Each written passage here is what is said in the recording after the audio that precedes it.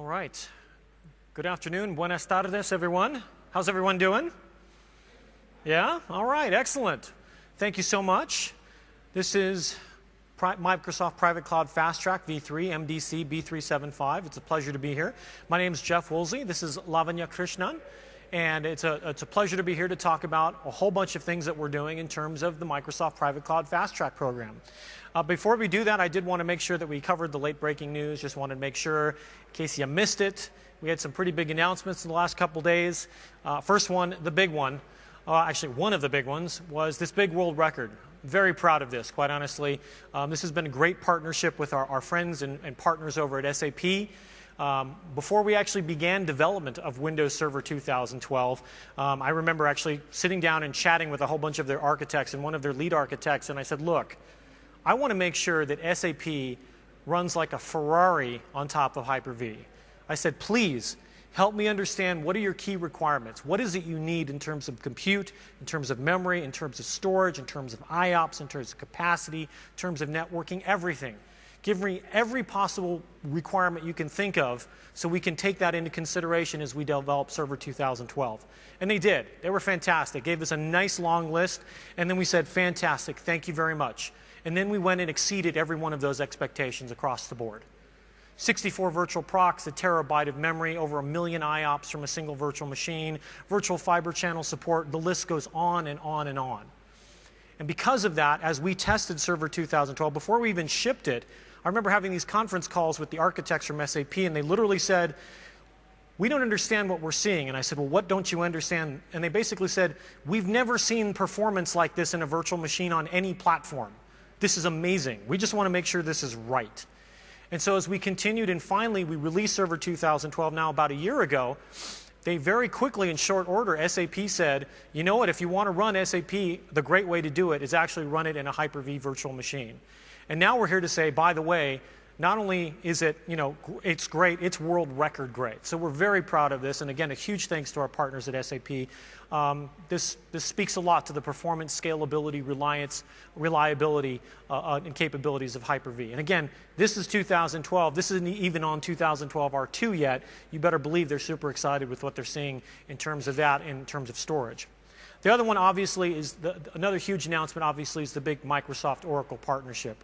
And this one is tremendous because, quite honestly, I actually did my session this morning, and a gentleman came up to me afterwards, and he said, he's like, you've just made my day. And I said, explain to me why. And he said, well, he's like, because technically, I've been doing this. He's like, I've been running Oracle in a Hyper-V VM on Windows Server 2012 for months now. And I said, and? And he said, and it runs great. It runs fantastic. In fact, half my team doesn't even know it's in a VM. It's so good. And I said, so what's the point? He said, this is fantastic because the support, I needed to have the support to be able to do this broad-based deployment. He's like, I've been doing this throughout in little pockets here and there. Now I'm ready to go completely broad, and this is exactly what I'm looking for. So what makes this so relevant to this conversation today is if you're looking at a Microsoft Private Cloud Fast Track solution, think about this. You're talking SAP, you're talking Oracle, fully supported on Windows Server 2012 Hyper-V System Center, and think about what that means in terms of solutions as you start to consider those internally. Because support is something that's very important. I know for us at Microsoft, support with a capital S means a lot. It means we have guys that are willing to take the phone call, debug, and escalate it to our product teams. I know a lot of other virtualization vendors out there throw around the word support in the loosest of possible terms. Okay? I know that one of my competitors basically says, hey, it boots on my Hyper-V, on my hypervisor, so it's supported. But then when you ask them for a fix, they say, oh, well, not really. It's more or less compatible. For us, if we say support, it has a real hardcore meaning behind it. And that's part of how we think about our private cloud fast track. So one of the things I wanted to do is very quickly remind people of what our Cloud OS vision is. And my hope is by the end of the week that you're sick and tired of this slide. I hope by the end of the week you go back to your office, you go back to your friends, you go back to your colleagues, and you say, my gosh, I'm sick and tired of that Microsoft Cloud OS vision, of them talking about their 3 clouds and talking about, because it means you finally get it. Because I've had so many people over the last year say to me, Jeff, Can you just explain to me how Microsoft thinks about the cloud? To me, it's very crystal clear. So I'm going to come off the stage. I like to walk and talk. So first thing, when I think about the Microsoft Cloud OS vision, it's first of all, unless the clicker doesn't work. There we go. It's 3 legs to a stool, okay? The first one is private. And private is an outgrowth of virtualization. It's not the same. Virtualization does not equal cloud. I know there are virtualization vendors selling that, but it's not the same. Let me explain. In the 90s, people were buying servers left and right. I was in a small startup. In fact, there was a point, I believe, where there was we had 1-to-1 server for every person in the company. Okay? But guess what? Servers were cheap. Servers were inexpensive. Even as we got into the 2000s, I would still talk to people at Microsoft that would come in and say, Jeff, I have all the budget I need to buy as many servers as I need. It's not a problem. The problem is I have no power to power them with and no place to put them. They would say, I'm in a Chicago high-rise, or I'm in a New York financial building. I'm in a place where I literally cannot get any more power. For me to get more power means I need to go to the city and request an upgrade on the grid. This is a huge problem. Virtualization arose as a way to solve that problem. So now we're going to take a whole bunch of physical machines, we're going to virtualize them, run them on a single physical server, and now instead of 1 workload per server, I got 5 VMs, 10 VMs, all running on a single server. Now that's great. There's nothing wrong with that. But that is virtualization for consolidation. That is not cloud. And here's why. When we did that consolidation, we did that physical to virtual conversion, we put them on a physical machine, we still treated them as individual entities. The management paradigm never changed. I still log into a virtual machine, I still treat it as its own little entity, I'd patch it or I'd give it some more memory, give it a little more storage, change the network configuration, give it some more storage, etc. That's not cloud. When I think about cloud, I think about deploying services, highly templated, highly standardized services. For example, I want to deliver you SharePoint. I don't think about that as a VM. I think about it as a classic 3-tier application. SQL backend, middle tier, front end. Guess what? I want to deploy that as a service. And what that means is, guess what? It starts off with this amount of compute, this amount of memory, this amount of storage, but over time it just grows elastically. And guess what? If there are a few people using it, it shrinks elastically. Cloud is requestable. Cloud is chargeable. Cloud is elastic. Cloud is available. I did not use the word virtualization in there. Okay, those are the core tenets of cloud. Private cloud, again, is about control. I talk to many customers all around the world. I've spoken to folks in Germany. They'd say, Jeff, Azure looks great, but I have workloads, I have IP that needs to run in a German data center on German soil by a German citizen in a German data center, period. End of story. All right, now, are you going to argue with me and try and tell me to take it up in Azure? No, I'm not. Absolutely not. What I'm going to tell you to do is do what makes business sense for you. This is not a technological conversation. This is a compliance conversation. This is a regulatory conversation. This is a business conversation. Do what makes sense for you. If it doesn't make sense to run in the public cloud, then great. Let's help you build the best private cloud together. That's what Fast Track is all about. It's about giving you that developed, prepackaged solution ready to go. So private cloud is about control. Public cloud is about scale.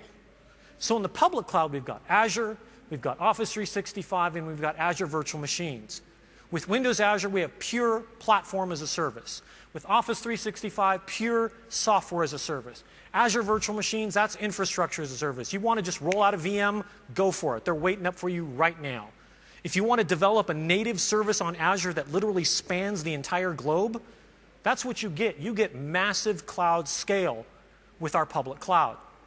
And then finally, we also have service providers. So private cloud gives me control. Public cloud gives me scale. Service providers give me customization and reach. And they're extremely important. We know, for example, talking with customers, they say, look, I have a great relationship with my service provider. I've been using them many years. We have a great relationship. I get great terms with them. And they do some customization for me. Like literally, I have my servers are in a specific rack. They're cordoned off in a specific way. Or they have specific SLAs or specific terms that I really like, and I don't want to change that relationship. Fantastic. We don't want you to either.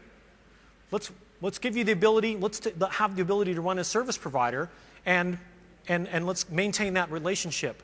The importance here is we think of this as one consistent platform. This is really important. This is really different. Because if you talk to Google, Google has no concept of on-premises or private cloud. Google's no, it's all running up there. If you talk about Amazon, sorry, it's all up there. If you talk to VMware, well, they're in private cloud land. They have this hybrid thing that nobody understands yet, and neither do I. But we look at this very holistically. It's private, it's service providers, and it's the public cloud. And more importantly, we want to do what makes business sense to you. Today, you may say, you know what, I'm going to build on the private cloud because that's what I've been doing. Tomorrow, next year, you know what, why don't I move to Office 365? We have a lot of people, we have a lot of cities that are actually adopting Office 365. Santa Clara County, which is in the heart of California, in Silicon Valley, they basically said, why are we running our own Exchange servers? Why don't we just use Office 365 and instead have those IT resources do other things that are more important instead of just getting the mail for us? So, in addition, we think about this Cloud OS vision, it's about key tenets like development. It's about making sure that with things like Visual Studio, I can develop and provide the best applications, again, whether it's on premises, in a service provider, or in the public cloud. It's about management.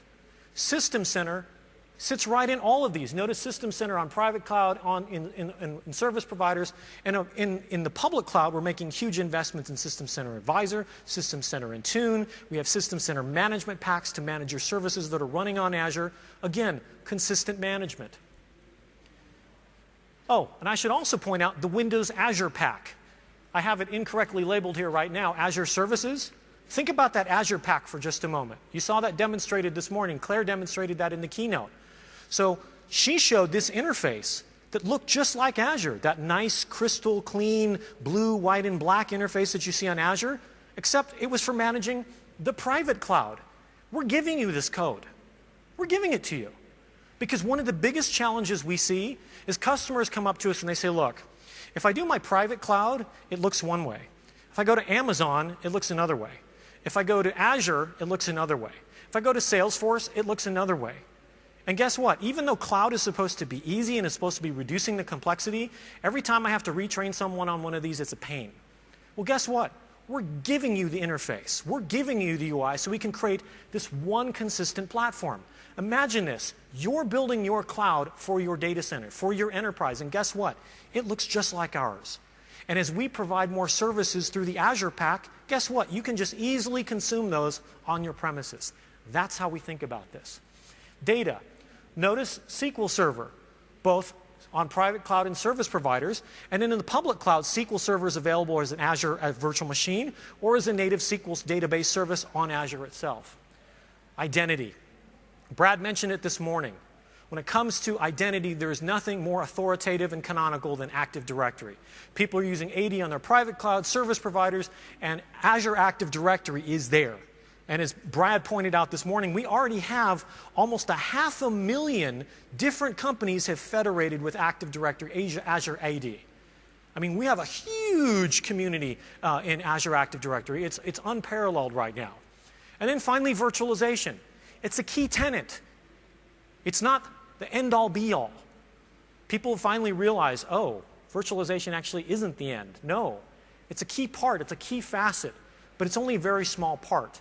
This is what the full vision looks like. This is what we're building. Every day we get up, this is what we're thinking about. Whether we're Windows Server, whether we're SQL, whether we're clients, figuring out how we plug into all of these things, we want to give you one grand unified experience. So, we have on-premises and public clouds. One thing I've been kind of making this comment to see just how much it resonates, but something I've noticed. I found out there are really two kinds of enterprises. There are those enterprises that realize they want to be a service provider. And there's those enterprises that haven't realized that yet. Because most of them, I talk to a lot of CXOs, and they come and they say, Jeff, I want this elastic thing, and I want these clouds, and I want the self-service portal, and I want to be able to charge back to different divisions in my organization. And I say, oh, you want to be a service provider? And like, no. I don't want to be a service provider, but I want the chargeback and the elastic and the highly available and the lower cost. And I'm like, okay, I want you to think about that a little bit, but you really want to be a service provider. Think about that. It's a mindset. People want to be able to pool all of their resources, dramatically lower their cost, provide standardized offerings. I want to give you what we call t-shirt sizes. I want to give you SharePoint. Here's a small deployment of SharePoint. Here's a medium deployment of SharePoint. Here's a large deployment of SharePoint. Same thing for SQL or Exchange or Dynamics or Link. I don't want to have to go and recreate the wheel every time I want to do a deployment. No, let's give you standardized templates, service templates, and do that deployment. So, a couple of your common questions. How can I get a Microsoft private cloud deployed quickly? Get this question all the time. Jeff, look, I just want to run 500 VMs. Here's the piece of paper. Here's the blank check.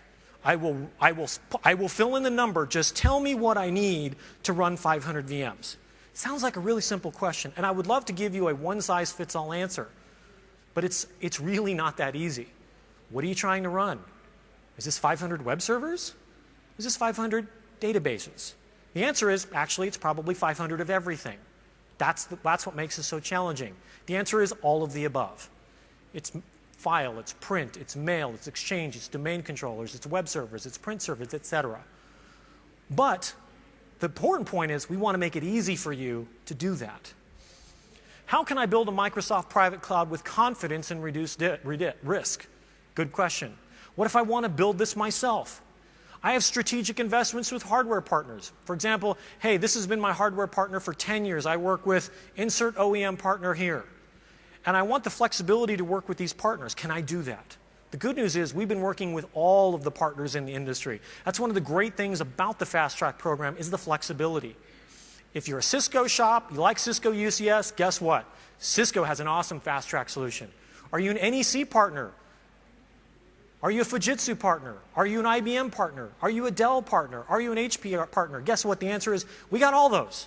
They're all here. That's why I can't wait to tell you about these. So helping you choose the right solution. A couple things to think about. So you can certainly go the all-custom route. You want to build this thing yourself. You want to pick every little part. You want to pick every single NIC. You want to pick every feature on the NIC. Go right ahead. We'll give you all of the documentation. We'll let you, here's the reference architecture, go to town. There's also the other side, which is, you know what? I'm not going to do any of that. I'm going to go with a cloud service provider where they've done all the work, and I'm just going to start consuming resources. Well, we think there's a middle ground. And that's where we think about private cloud fast track, which is, no, we've actually done the sizing work for you. We've actually done all of the architecture work for you. And what I mean by that is we've thought about redundancy, we've thought about resiliency, we've thought about high availability. We haven't, we're not just saying, here's a grab bag of parts, let's go. No, we actually have validation, we have different characteristics, different features, core engineering tenets that go into the private cloud fast track. So what's nice about the fast track is you do get a high level of integration, pre-integration, and low deployment time because it comes to you pre-assembled, pre-configured, storage, networking, system center, ready to go. So it includes reference architecture. It includes end-to-end deployment guide. Do it yourself. Like I said, if you want to go ahead and you want to pick every little part, I know there are guys that still like to do that. I know there are guys that still like to build their own PCs. I stopped doing that a while ago, just not worth it my time anymore. And there are still people that want to build every little part. Guess what? We'll give you all the docs. They're publicly available. But then we also validate this design with our rich software portfolio. We're making sure that we want to point out HA is important at every part of the stack, not just clustering, not just storage, but at networking, in the applications themselves, in the guest. What about guest clustering? You have to think about every layer of the stack. We want to provide innovative partner-ready solutions with turnkey options. I've had plenty of folks say, look, Jeff, like I said, here's the check. I will fill in the number. I literally want someone to bring me a rack or 2 or 10, whatever that number may be, and just let me turn the thing on and go. Because I need, to me, agility. I'm willing to pay because I need agility. I need this cloud now. And yeah, I could spend the next year trying to haggle the cost down or trying to build it myself, but I'm willing to pay because I need it right now. Please. End-to-end integrated solution comprising compute, networking, and storage. Yes, this is a complete solution. This is a complete package. This isn't just servers. This isn't just networking. This is the whole thing. This is compute, storage, and networking all delivered as a complete solution. So why use it? Speed, agility. You want a private cloud setup? We're ready to do it. Reduce risk. We have gone through and validated with all of these partners together. We have mandatory engineering tenets and criteria that they have to follow. We have recommended ones. And we have some loose suggestions as well. And we're going to talk about that and actually explain to you what that criteria looks like. And again, it's about flexibility and choice. Nobody wants to say, you can have any car color you want as long as it's black. Okay? We want to give you all sorts of different solutions out there. So let's start with redundancy and resiliency. This is actually a core key tenet to how we think about not only fast track, but clouds in general. For example, hardware faults. Windows Server 2012 Hyper-V, we actually can plug in and take advantage of Windows hardware error architecture and RAS. At the physical node layer, we have redundancy. We have both redundancy, physical node redundancy. We both have solutions for planned downtime and unplanned downtime. So, for example, with clustering, we get unplanned downtime. I can literally walk up to a server, yank out the power cable, the virtual machines automatically restart on another node. Live migration for planned downtime. I can live migrate VMs around. I can take a server down without any sort of downtime. So we have it at the physical layer. We also have I/O redundancy. Note we have it for networking. So we have network load balancing and failover via Windows NIC teaming. We also have it for storage. If you're using block-based storage, we have storage multipath I/O, whether you're using Fiber Channel or iSCSI. And if you're using the new Windows Server 2012 file server, we also have multi-channel SMB. So SMB itself is multi-channel, so that if a channel goes down and NIC goes down, guess what? It's redundant, continues right along without any interruption. Then you move up to the application and the service itself. So there's a number of different ways we have redundancy here. Number one, for those applications that aren't cluster aware. I've run into this quite a number of times. Jeff, yes, I've got cluster aware apps, SQL, Exchange, et cetera, et cetera, et cetera, but I also have some of these older things. Okay, these are some things we wrote ourselves or we bought from another company, and guess what? They're not cluster aware. Is there something you can do to help me provide high availability for these applications that don't have native HA? Well, yes, in fact, we do. In 2012, we introduced Hyper-V app monitoring. So we can actually look at an application running in a VM and say, oh, guess what? This looks like this process has died, or it looks like you can actually put in a number of things that you can monitor, some lightweight monitoring in there, and you could restart the service, you could kill the service. There's a number of things that we can do to help you for those applications that are badly behaved. I remember talking with a company, had an application, it was critical to their business, but had a well-known memory leak. And basically the app died about every 2.5 weeks. And sometimes they'd forget to restart or kick the server, as they like to call it, and all of a sudden it just went dead. Well, something like this could actually help remind them, prevent those issues from happening, and do that work for you automatically. We also have guest clustering with iSCSI and Fiber Channel. We also have guest teaming, so you get network redundancy within the virtual machine, and you get it with SRIOV NICs. And what's nice about our solution is you get guest teaming with SRIOV, and it also works with live migration. So there's no trade-offs there, unlike other virtualization platforms. Then, when it comes to DR, when you leave the rack, we have a couple of different solutions here as well. In-box, we have Hyper-V Replica.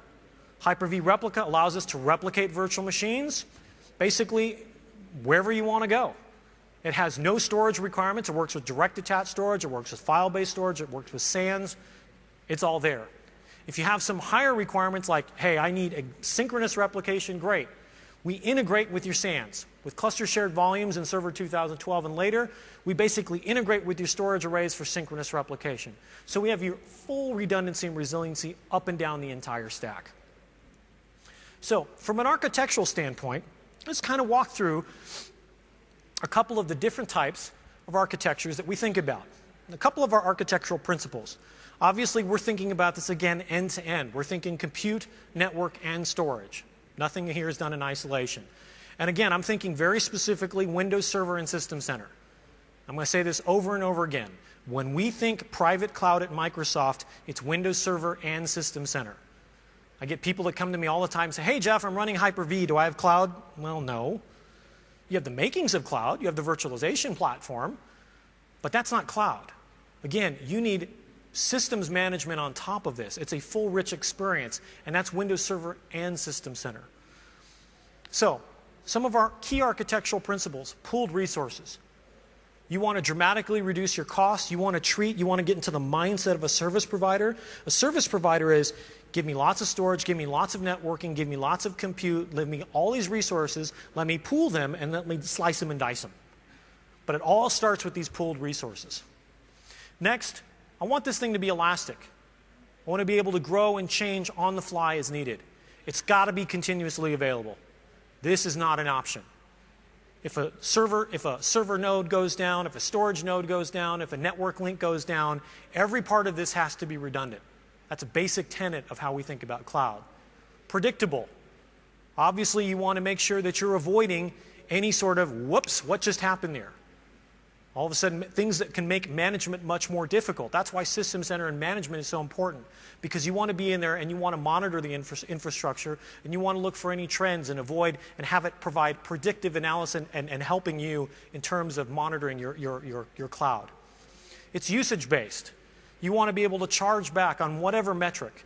Some people say, you know what, I just want to charge back on a VM or a small VM or a medium VM or a medium-sized service template. So for example, if I give you a medium-sized SharePoint deployment, it's X dollars. If I give you a large-size SQL, well, you're probably running on bigger storage with bigger network requirements. I'm going to charge you more. Okay, so we've got to give you that ability to do usage-based. Multi-tenant, obviously secure, and self-service. Self-service is key to this. I want to be able to, again, if I'm an enterprise or a service provider, I want to be able to give you the self-service portal that says, hey, I want that medium-sized SharePoint. I want that large-sized web server. And I just want to be able to pick it and go. Fantastic.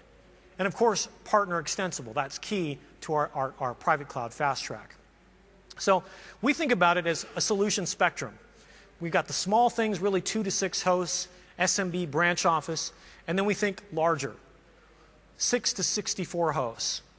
And in the left-hand side, you can see we've got cluster in a box, clustered NAS and SAN. And what we're seeing is, and I believe we have some of these here at the show today, you should check out the partner pavilion. But we've got partners, for example, Dell has a single box, single solution. It's got 4 blades in it, it's got integrated storage. It's this wonderful little SMB solution. You can literally drop into a branch office and Hyper-V storage, everything's ready to go.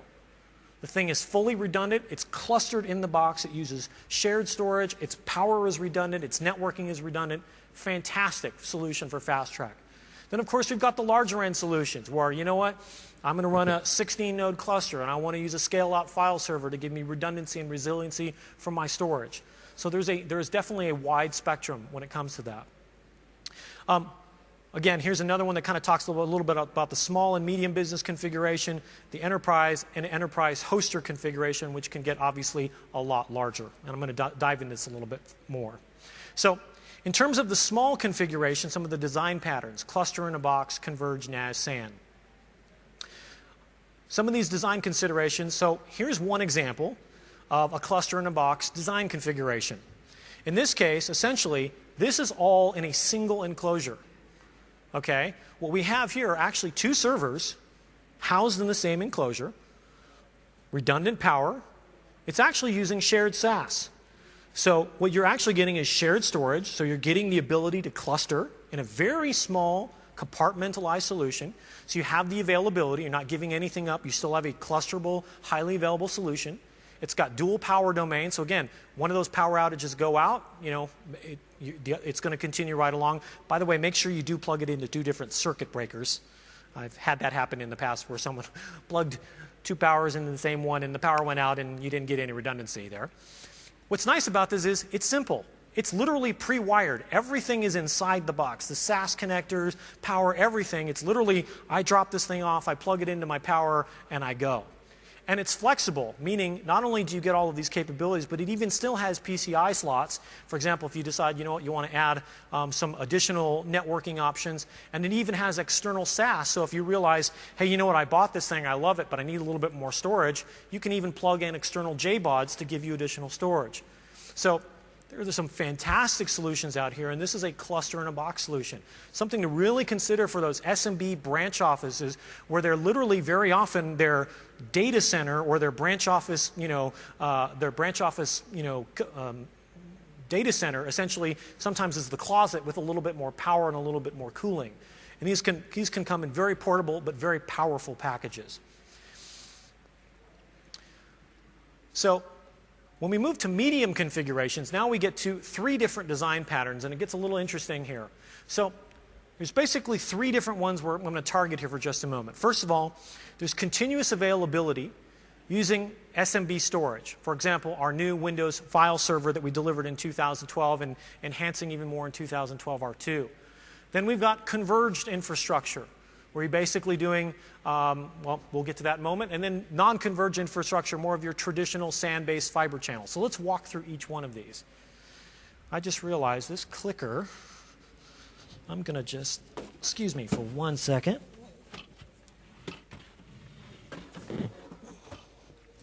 There we go. All right. So let's talk about this first design pattern. All right. This one is continuously available over SMB. So in this case, we've got Hyper-V clusters consuming storage from a scale-out file server. So if you haven't heard, we've delivered this fantastic new scale-out file server in Windows Server 2012. It is continuously available, meaning you set up a 2-node, at least a 2-node file server cluster, and if one of them goes down, the other one continues right along. It is fault tolerant. Okay? It is completely continuously available. So in this pattern, we're assuming you're using a scale-out file server or some other SMB3 enabled storage device.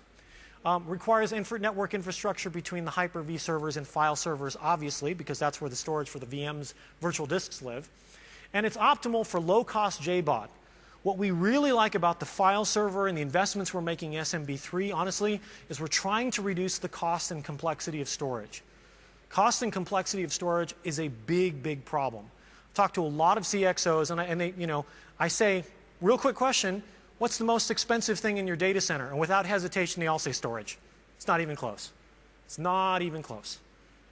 It's a huge percentage of their IT spend, and they're looking at ways to make it easier and reduce that cost. Boy, this clicker. Okay.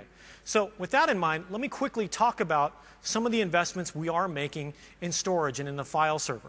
And one of the things I want to do is talk a little bit about storage itself. So if you've ever looked at a modern storage appliance, whether it's a NAS device or a SAN device, what's in it?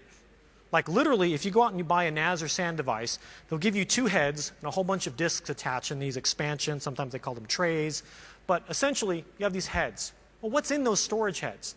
Those storage heads include a bunch of x86, x64 processors, include memory, include network adapters, include storage host bus adapters, most likely SAS. Sounds familiar? In fact, that sounds a lot like a server to me. Well, in fact, generally that's what it is, except they put a bigger price tag on it. Well, if you take that SAN and deconstruct that head a little bit more, what does that SAN or NAS head look like? Well, on the back end, it literally has the physical interfaces. This is where you pull disks, this is where you create simple mirrored parity LUNs, and this is what actually plugs into all of your physical disks. And again, it's over SAS. Then the front end of that SAN or NAS presents interfaces, iSCSI, fiber channel or over Ethernet, NFS, or SMB. So that's what the front end looks like. And then, of course, they always sell you at least 2. And the reason why they sell you 2, because if this one goes down for whatever reason, that's okay. Because this one will continue right along. You see, it's clustered, and it's scale out. So if one goes down, the other one continues, and then you can add another one, and it just scales up, and you can add another one, and it scales up, and you can add another one, it scales up. And generally, they start at 2, and most people will go to 4. Some of them will even go as high as 8. Most people don't go beyond 2 or 4. And of course, then your servers attach to that storage via Ethernet or fiber channel. So it could be a gigabit, 10 gigabit, or it could be 1, 2, 4, 8, 16 gigabit fiber channel. So that's what a traditional storage appliance looks like. And the reason why I bring this up is because I want to explain in good clarity here what we're doing in the Server 2012 and 2012 R2 file server. So again, here's the same picture, but this time with the file server in place. So what's that back end? That back end, that's Spaces. That's exactly what Spaces does. So when you saw me today, and in the keynote demo, I talked about I have a 17 terabyte pool. That pool consisted of 20 hard disks and 4 SSDs. That was my entire pool. Okay? What I showed you today was that I enabled automatic tiering. That's when I went from 7,400 IOPS to over 124,000 IOPS. That was the beauty of automatic tiering. That's all happening in Spaces. Now on the front end, well, lo and behold, that's the file server. That's what presents my interfaces, iSCSI, NFS, SMB. And in fact, we made huge investments in SMB in Server 2012 with SMB3. SMB3 is multi-channel, supports encryption, massive, continuously available, resilient. It supports the scale-out file server. So literally, if this server goes down, guess what? This one continues right along. It's an active scale-out file server. And in fact, if you want, add another one or add another. In fact, we'll scale all the way out to 8 nodes in a file server. And you can add or remove nodes all hot without any downtime. And of course, your server's attached to this. But for us, it's either 1 gigabit or 10 gigabit Ethernet, or it can even be 40 gigabit or 56 gigabit and even RDMA. By the way, if you're noticing, hey Jeff, those are faster than 16 gigabit fiber channel, you're right. Those are faster than 16 gigabit fiber channel. A lot faster than 16 gigabit fiber channel at a much lower cost. So we're seeing dramatic performance improvement, and quite honestly, our customers have told us, please continue to focus on this. Because every customer I talk to has a storage problem. Every single customer has a storage problem. It costs too much, I don't have enough, or I have a whole bunch of storage and it's everywhere and I can't manage it because I have a little bit of storage from this vendor, a little bit of storage from this vendor, a little bit of storage from this vendor. So we're making a huge investment in this file server. So this is what our cloud deployment kind of looks like here. You can see Hyper-V communicating over SMB to our scale-out file server. And some of the highlights of the scale-out file server is, number one, flexibility. Migration, shared storage, simplicity, file shares. Everybody knows how to configure a file share. This isn't LUN masking or zoning or worldwide port names or This is, look, stick your virtual disk on a file share, ACL your file shares, you're done. Much easier.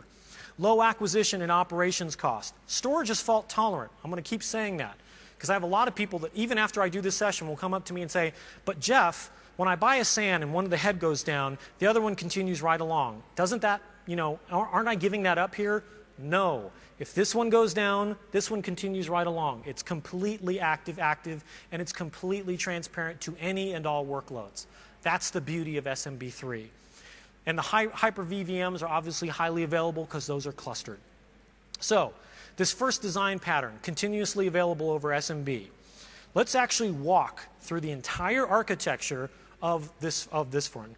So first of all, it's resilient at every layer. So let's start assuming we've got a scale-out file cluster.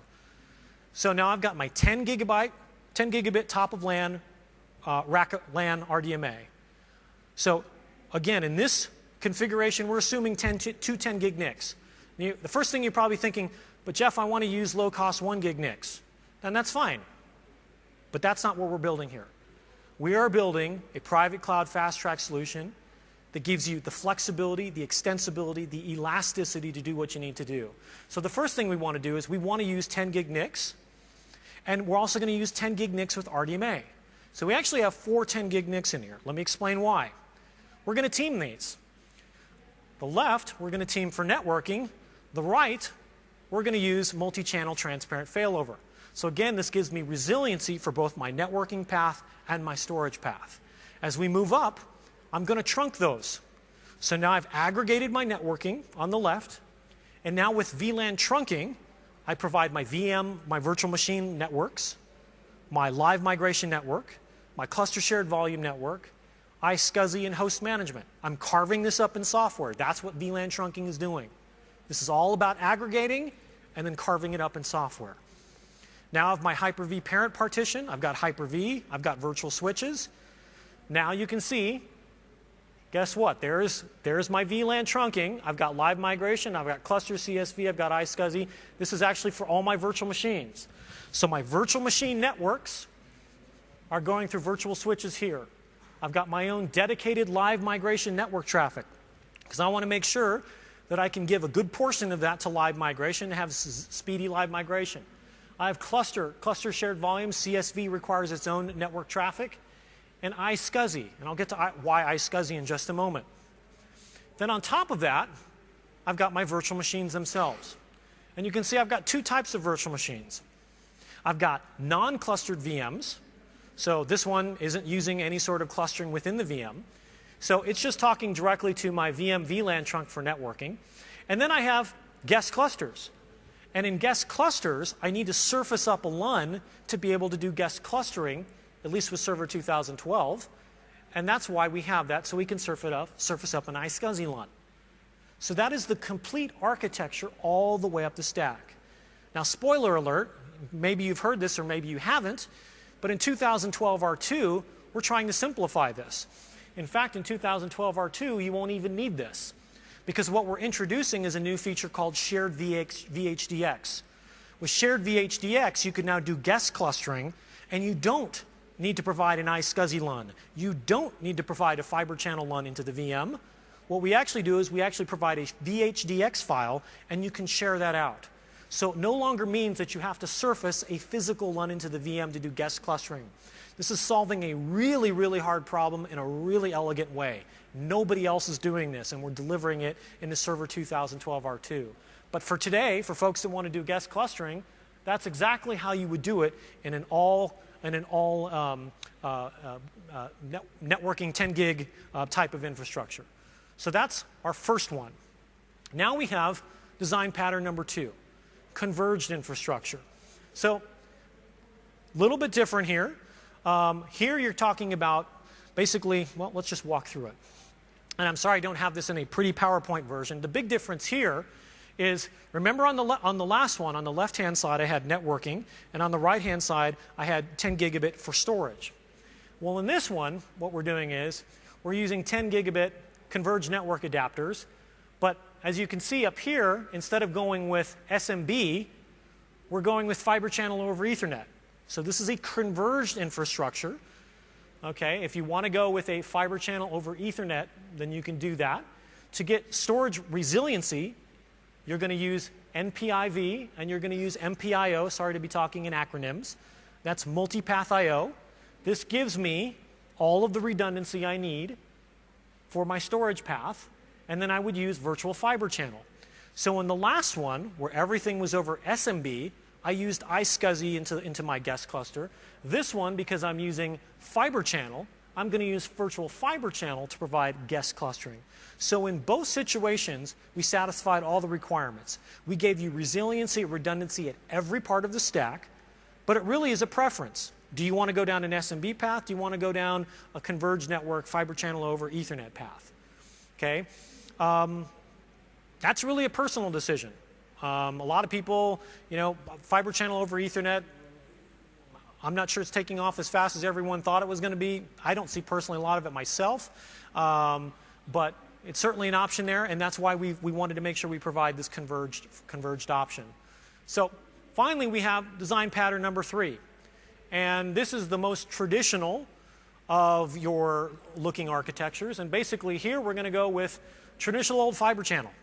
Okay, if you want to go down this path, we can do that one as well. On the left-hand side again, we've got our 10 gigabit NIC. Again, we are teaming that. We are then VLAN trunking it so that we have VM, live migration, cluster, iSCSI, all of these things on the left-hand side for all of my networking. On the right-hand side, though, this time we're going with traditional straight-up fiber channel. So we've got 2 fiber channel NICs for 8 gigabit. And of course, these are using NPIV and these are using MPIO. So again, multipath I/O gives you redundancy and resiliency for your fiber channel adapters in an active-active configuration. So if one goes down, the other continues right along. And then of course, to go into the guest, we do guest clustering again because this is fiber channel. We're going to use virtual fiber channel within the VMs. So again, in all of these situations, we've given you resiliency at every part of the stack, redundancy at high availability at every part of the stack. There's nothing that's a single point of failure. And in fact, we even deliver guest clustering all the way into the VM. So all of those different ones met. The question you have to ask yourself is SMB, FCOE, FC. That's really what you want to think about. Personally, I'll tell you, my preference, we're making a huge, huge investment in SMB and the file server. And the reason why is it's about reducing costs and it's about reducing complexity. But at the same time, we also understand we want to balance this with flexibility. And we know there are plenty of folks out there that like their fiber channel, want to stick with their fiber channel, and guess what? We got great solutions for fiber channel as well. So,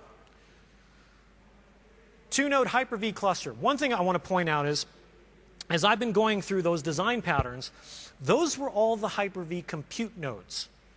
Okay? So think about your private cloud is going to have your compute nodes, it's going to have your storage nodes, but it also has to have your management nodes. Okay? So System Center is you're going to set up 2 nodes, and you're going to cluster that, so your management is also highly available.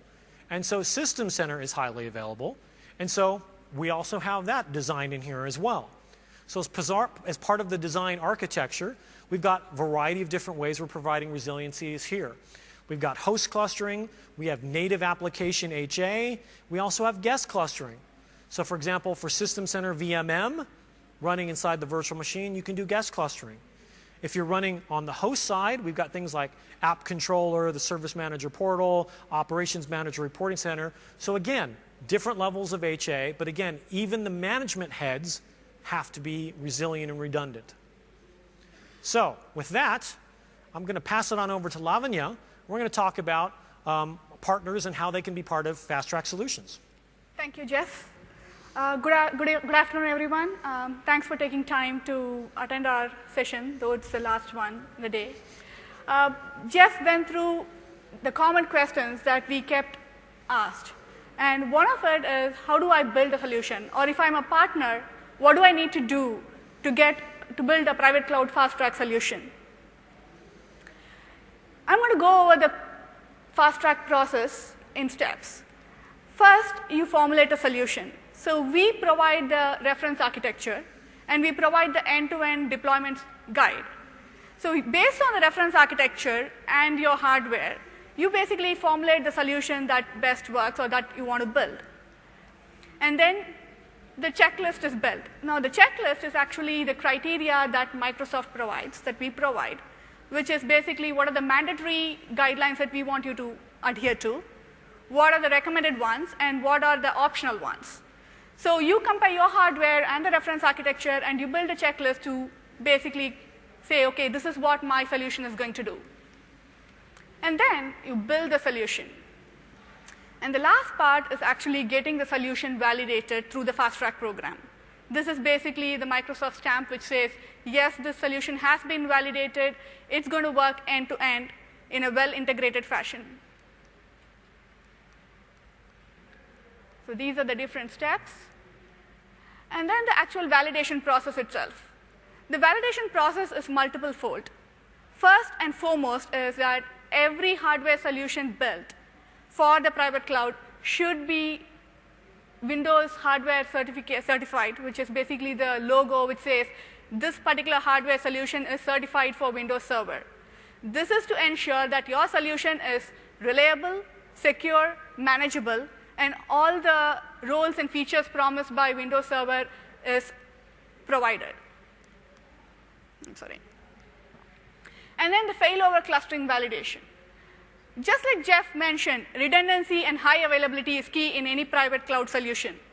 So we actually provide a tool in the OS, which is the failover clustering validation tool, which basically runs a series of tests on the underlying hardware and the software to ensure that the failover cluster feature is able to support the hardware. And then if you use a clustered RAID controller shared storage interface, then we also require that a clustered RAID controller validation is run. And then we also have a predefined set of validation criteria to check if all the mandated, recommended, and optional criteria are met by the hardware solution.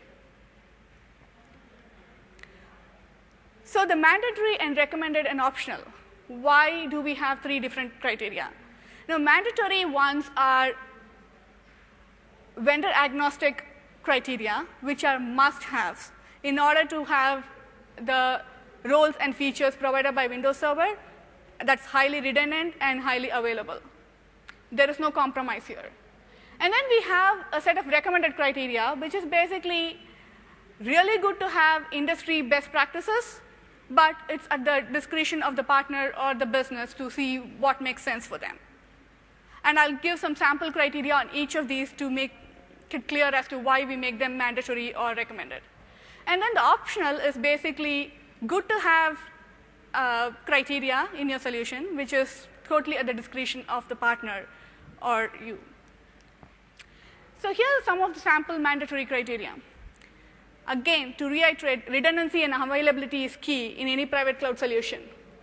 So we need to make sure that failover clustering is not an option. It has to be there. The rack or blade chassis design must provide redundant power supply. We don't want one power supply dying, causing the entire solution to break down.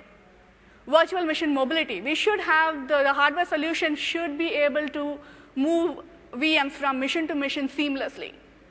Hyper-V live migration, storage migration is absolutely mandatory. And then the recommended criteria. Key example is the BitLocker encryption. It's an industry best practice. It's really good. We strongly recommend having BitLocker encrypted cluster storage so that your data is very secure. However, there are some key business scenarios where it is not possible to have a BitLocker encrypted cluster storage. So we did not make this mandatory. We make this a recommended criteria. Same with standardized VM deployments. We actually want your private cloud solutions to be easily deployable and consistently deployable every single time, which is why we recommend the use of VMM service templates. Optional criteria, Hyper-V application monitoring. There are some solutions which do not have failover clustering, for example. However, virtualization and the failover cluster features still want to make sure that your hardware solution is very reliable. So we have some built-in monitoring tools that run on all the VMs on the machine, continuously monitoring to make sure that there are not going to be any issues. And at the trigger, whenever there is a trigger of any upcoming failure, an alert is sent so that you could basically go fix it. So this is an optional criteria that we recommend that you have. And the same with virtual machine failover prioritization. Your scenario might require some VMs to be, in a failover scenario, some VMs to be migrated before anything else, mission critical VMs. Virtual machine affinity. You might have a SharePoint server and a SQL server, and you may want them to be migrated in sync for your business scenario. So these are all optional scenarios that we basically provide in the reference architecture that you could actually follow based on what makes sense for you in your business. Fiber channel disks and SSDs, they are very expensive options, but they come with additional features. Again, it's up to the discretion of the partner or the business.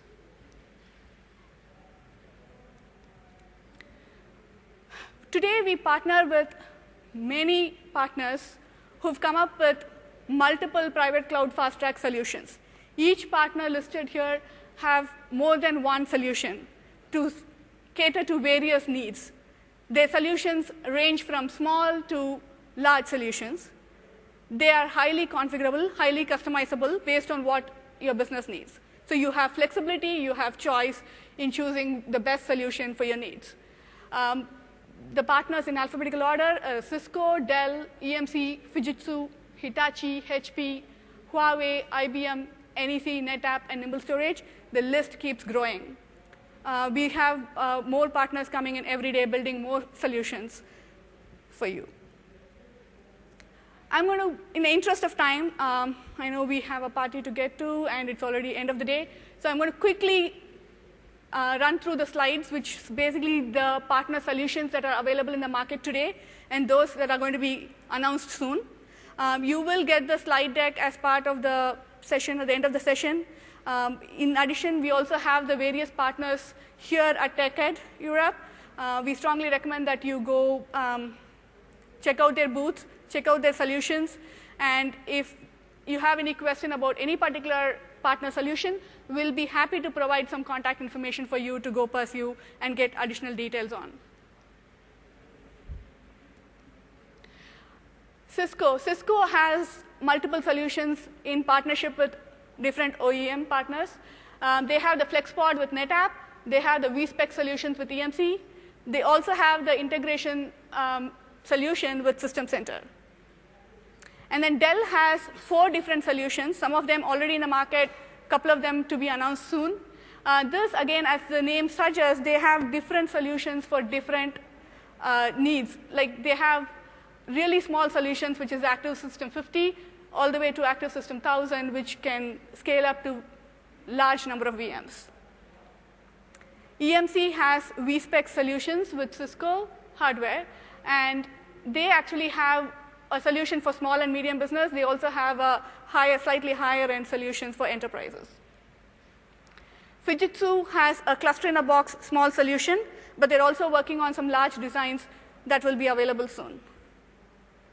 Hitachi has a CB500 system and a CB2000 system with VSP, which can actually scale up to 12,000 virtual machines. HP has the VS3 system, which is single rack and multi-rack. Huawei has a small solution today, which is already available in the market, and they are going to be announcing a medium-sized solution soon. IBM has 3 small solutions in the market today based on the different design patterns. One of them is converged, the other non-converged, and they actually also have different storage types and network hardware. NEC is working on medium-sized solutions, and that will be available starting June, mainly in NEC Japan, but it will also be available through NEC Corporation of America. NetApp, they have the FlexPod solution with Cisco. They also have some ExpressPod and a very small solution, which is NetApp for Microsoft Private Cloud. Nimble Storage, they have a SmartStack solution, which is basically for small to mid-size private cloud configuration. You can start with small and scale up based on your business need.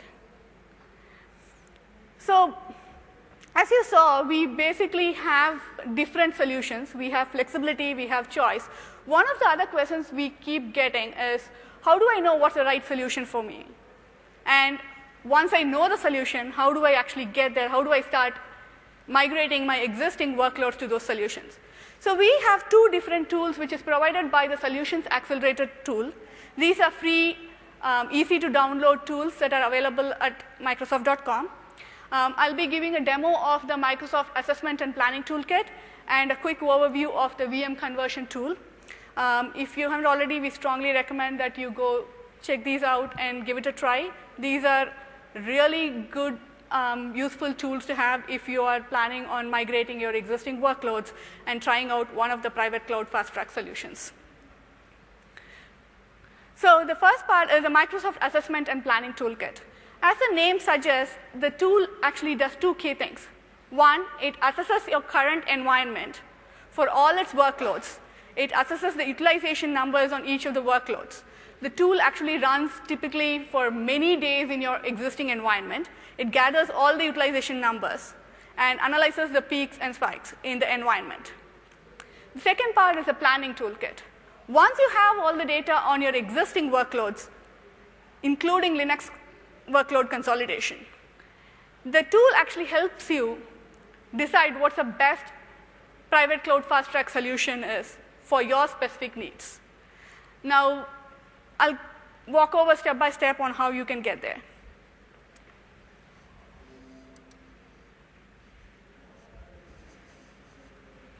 So this is a Microsoft Assessment and Planning Toolkit. They have various scenarios that they support today. That includes cloud, desktop, server, desktop virtualization, server virtualization, usage tracking, database, and environment. For the purposes of this session, we are more interested in the cloud scenario, and very specifically the private cloud fast track, which is under the cloud scenario.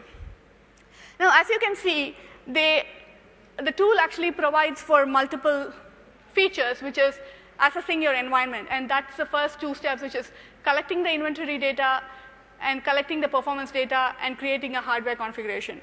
Now, like I said, the tool has to run in your environment for many days to gather the exact details of your workloads and the utilization numbers. So for the purposes of this demo, we are going to be using a pre-collected data on an environment that we set up for the demo. And I'll just be showing you how to run it to use it for mapping into a particular private cloud fast track solution that's of interest to you. So we go to the last part, which is run the private cloud fast track visit. Now, as you can see, we have 5 pre-loaded samples here. Now, we have a 6 to 12 node sample. We have an 8 node sample. We have 8 to 16 nodes with a large memory sample, and 8 to 32 node sample. Now, if you've always worked with a particular OEM partner, or if you're interested in any one particular OEM partner's solution, you could get an XML file from the OEM partner, download it into the tool, and the tool will do the mapping for that particular solution. It doesn't have to be the ones that we have preloaded for you. So I'm going to choose the first one, which is the 6 to 12 node sample. Click next. Here is where you basically choose, you let the tool know how do you want the tool to map in terms of processor, memory utilization, storage utilization, and network throughput. I know a lot of you feel more comfortable if your utilization numbers are not 100%, if there is a buffer. The tool will allow you to choose between 50% and 100%, and it will map only to that utilization numbers in the chosen solution. For the purposes of this demo, I'm going to leave it as 100% utilization on each host. Next step is actually choosing the computers in the network, basically the environment data that we collected. Now, the data that we collected using the tool is already in the tool, which is the first option. The second option is, if you have the data collected through any other tool or any other means, you could input the text file into the tool, and the tool will still run the mapping for you.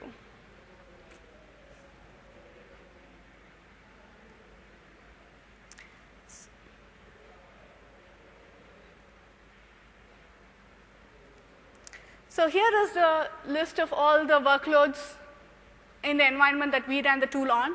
We have a total of 325 machines. I'm going to select all of them. As you can see, this environment has physical workloads, virtualized VMs, and they have Linux workloads. They have client workloads, server. I'm going to click next. Here is the overview of the solution that we have selected. So basically, we chose a 6 to 12 node sample. What it means is the solution has a base configuration of 6 hosts and a maximum configuration of 12 hosts. Each private cloud fast track solution is designed to scale. You could choose as small as the minimum configuration, and based on your environment needs, you can keep scaling up and go anywhere up to the maximum configuration in that particular solution. Here, the number of hosts is basically 6 in the minimum configuration, and you have a total IOPS of 25,000, SAN storage of 250 terabyte, and a network throughput of 20 GPS. If you scroll down to the maximum configuration, you basically have 12 hosts, 75,000 IOPS, SAN storage of 1,000 terabyte, and a network throughput of 10 GPS that supported by this solution. I'm going to click Finish. The tool takes a few minutes to run. One thing I have to mention about this tool is that it's a completely agentless tool. So here, what you see is a summary, quick summary of what the tool tells you. So for the environment that we have the data on, if you go with the maximum configuration of the private cloud solution, you need one solution, which basically has 12 hosts. And of the 325 machines, 314 Windows machines, 11 Linux machines, 324 machines were actually placed successfully in the private cloud solution. One machine was not. So the tool also tells you that if your environment has a special hardware, that is not going to be satisfied by the private cloud solution that you've selected, then it gives you an alert so that you could go look at other solutions to see what best suits your need. Now, you have a detailed report that is provided by the tool under Generate Private Cloud Fast Track. This gives you an Excel version of the report, and it's very detailed, including the utilization numbers and how they were placed.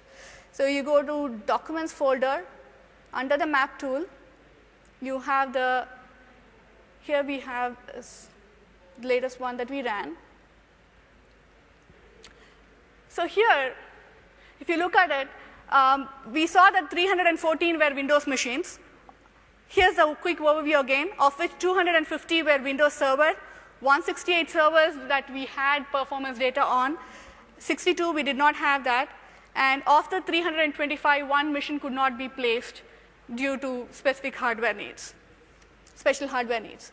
Now, if I go to the details under consolidation of base configuration, here is where the tool basically gives you the details of how it placed the different workloads in your host. So since we selected 100% utilization numbers on each of the processor, memory, and network, the tool actually fills up every host in the solution to 100% capacity in terms of processor, memory, and everything before it goes on to the next host.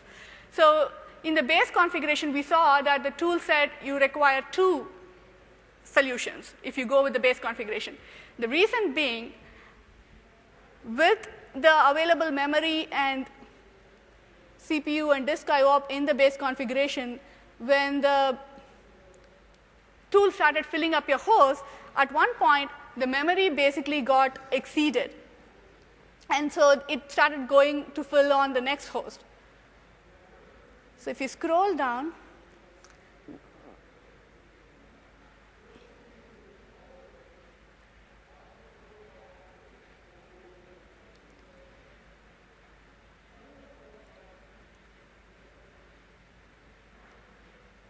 the tool needed 11 hosts for the particular environment in the base configuration to be successfully able to place all the workloads. There is still capacity in one host where you could add, but not a whole lot. But if that's all you're going to scale to and you know that you're not going to be increasing your environment data, then this is definitely a good way to go.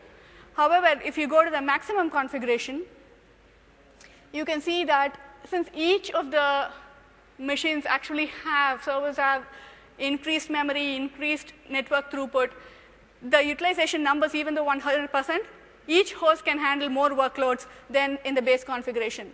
So if we scroll down, if you go with the maximum configuration, you only need one solution that you need to buy, and you still have almost 4 hosts with availability, with capacity that you can use to scale up for your future needs.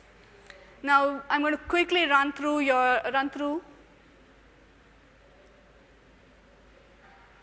the wizard again for a different solution to show the difference. This time, I'm going to go with the last one, which is the 8 to 32 node sample. I'm not going to go into the details, but just to give you an overview. Same numbers, same environment. And here, the difference is in the base configuration and the maximum configuration. These are all high-end machines compared to the one we selected before.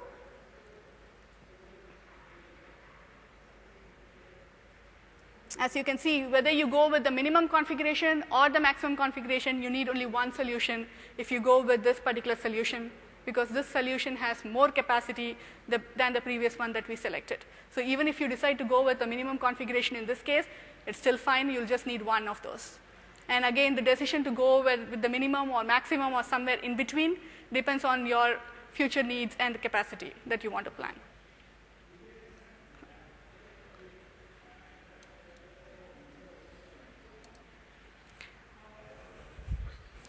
Now, going back to our deck, the second tool that I want to quickly talk about is the virtual machine converter. So now you know what private cloud solution to go for your environment need. And the next question that we get asked is, how do I migrate my existing workloads into one of the virtual Hyper-V workloads? So this is a tool, again, which is a very, very small size tool for download. It's only 4.3 MB. It's free. This tool basically converts your VMware VMs into Hyper-V VMs. And the way the tool basically works is it translates the entire configuration of the VMware VM into Hyper-V VM, each and every bit of it. And the way it does it is basically it takes a snapshot of your VMware VM.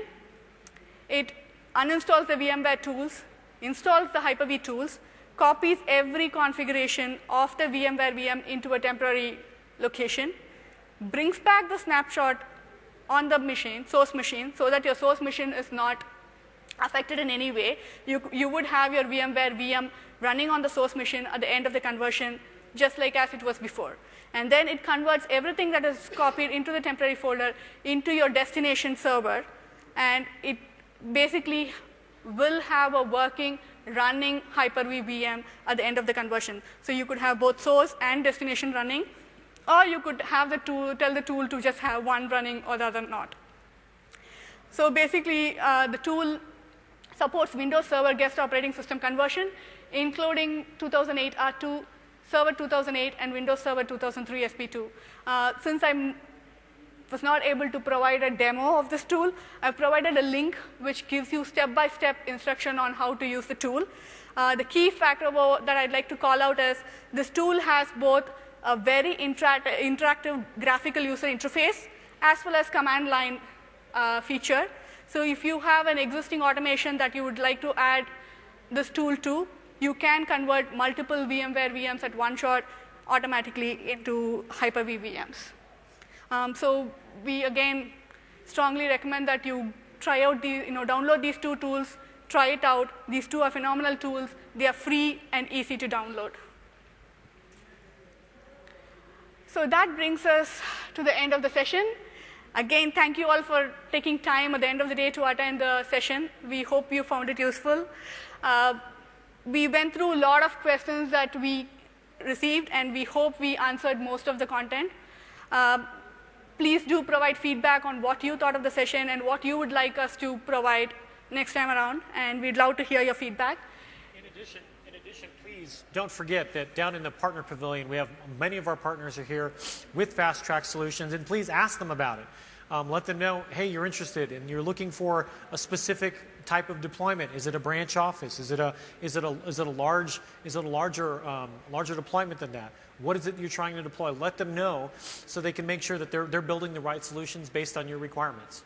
And remember, it is about agility. It's about reducing risk and having that flexibility and choice that we provide with the Microsoft Private Cloud Fast Track program.